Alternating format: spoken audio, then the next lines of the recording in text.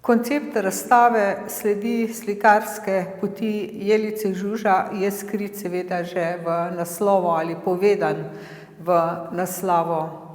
V prostorih, kjer stojimo in si ogledujemo slike velikih mojstrov, Mateja Strnena, Gojmir Anton Kosa in Marina Tartalije, so dela, ki govorijo o profesorjih, ki so izoblikovali mojstrovine tudi Jelice Žuža.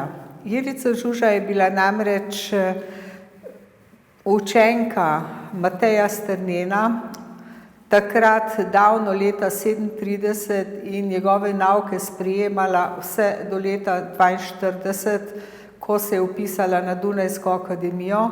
In prav ti nauki Mateja Strnena kot velikega kolorista, figuralika so zapisani tudi v delih Jelice Žuža. Drugi mojster, s katerim se srečujemo v tem prostoru, je Gojmir Anton Kos, njen prvi profesor na ljubljanski akademiji, kjer je poučeval slikarstvo in pri njem je tudi diplomirala.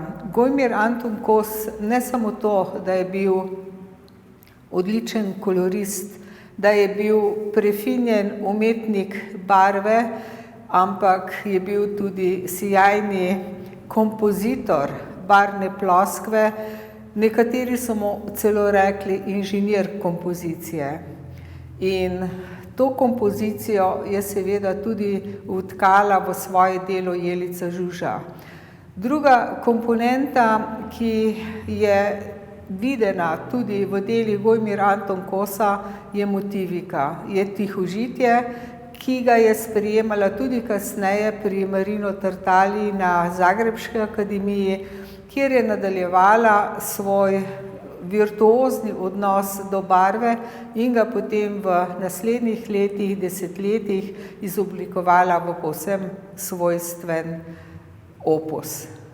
Kot zadnji mojster njenega uka, že omenjeni Marino Tartalija, je v njeno slikarstvo vnesel dejansko specifiko, to zadnje, katero je Jelica potem nadaljevala v svojem motivu avtoportreta in v motivu tihožitja. Namreč zanimivo je, da Marino Tartalija je vedno vzel za svoj motiv objekt, se pravi mimetično podobo, ki jo je pa potem skozi pogled prekristaliziral v neko subjektivno podobo. In take subjektivne podobe so pri Jelici nastajale tudi ne samo v tihožitju, ampak tudi v portretu, kjer lahko govorimo v psihološkem portretu in psihološkem avtoportretu.